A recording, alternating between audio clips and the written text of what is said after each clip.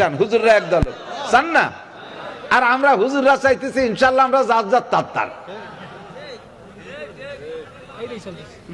আল্লাহ বাসালি। এবার ভাষার চামড়া থাকবে না মৌলবীরা যদি তাই হলো। আমি ওই আমলিগির দলে যাইয়ে বেরুব যদি এবার মৌলবীরা একদল হয়ে আসতে না পারে।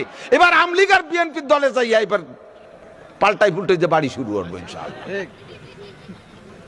কতক্ষণ আল্লাহ পারলাম না দিতি, কি করব, দুঃখের বিষয়।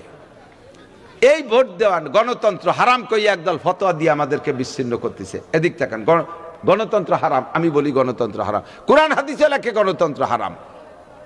এই গণতন্ত্র হারাম করে যদি সরিয়ে থাকেন তাহলে কি হারাবেন? এবার আপনি নিজে ফতোয়া দেন। আমি আর একটা বলি, মানুষকে মানুষে পুড়াইয়া মারা হালাল না হারাম? এমনকি একটা পিপিলিকাও পুড়াই মারা হারাম, এমনকি বিষাক্ত সাপও পুড়াই মারা হারাম, ঠিক তো? যত আগ্নেয়াস্ত্র আছে, রাইফেল, কামান, গুলাগুলি যা আছে, এগুলো কি আগ্নেয়াস্ত্র না? এই যে গুলি হারিয়ে মারা মানে কি পুড়াই মারা না? সবচেয়ে বড় কথা, বোমা মারে, বোমা মারলে তার পুড়িয়েই যায়, মরে না? কথা কন। তাহলে বোমা মারিয়ে মারা কি হালাল?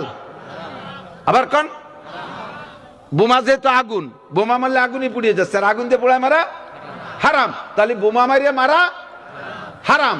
মারামারি করতে হবে তাহলে কি দিয়ে? দাউ কাছি, খুন্তা কুড়েল, তিল তরবারি দিয়ে, নাকি বলেন? এবার আমেরিকার ইসরায়েলারা আইছে বড় বড় বোমা নিয়ে, তুমি যাও তরবারি নিয়ে।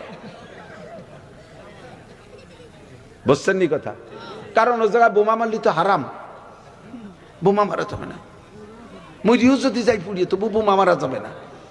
তোমার ওই আল্লাহদের নেকসামি তাপড়ায় দাঁত ফেলা দেবে ফেরেশতারা। ফতোয়া অত দিতে যাইও না। জাযাউ সাইয়্যাতিন সাইয়্যাতুম মিসলুহা ইদফা বিল্লাতি হিয়া আহসান।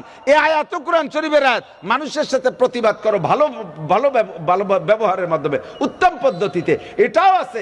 আবার জাযাউ সাইয়্যাতিন সাইয়্যাতুম মিসলুহা, ওই কোরআনের আর এক আয়াতও আছে, যে যেমন করে তারে সেরকম করো। ঘুষি দিলি ঘুষিই দাও, বোমা মারলে বোমাই মারো, কোপ দিলি কোপই দাও। কতক্ষণ? এখন রাষ্ট্র ক্ষমতা হাতে না নিলে ইসলামী হুকুমত বাস্তবায়ন করতে পারবো না। আর রাষ্ট্র ক্ষমতা হাতে নেওয়ার বিকল্প কোনো ব্যবস্থা নেই এক গণতন্ত্র ছাড়া, ঠিক না? তাহলে ওই জায়গা যেমন বোমার মোকাবেলায় বোমা মারারে জায়েজ কইয়া আসছো, এ জায়গাও গণতন্ত্রের মোকাবেলায় গণতন্ত্রকে জায়েজ বলতে হবে। বুঝতে কি পারছি একটু? কাজেই ওই ধোকায় কেউ পড়বেন না। এখন আমার এবারের ভোটটা আমানত।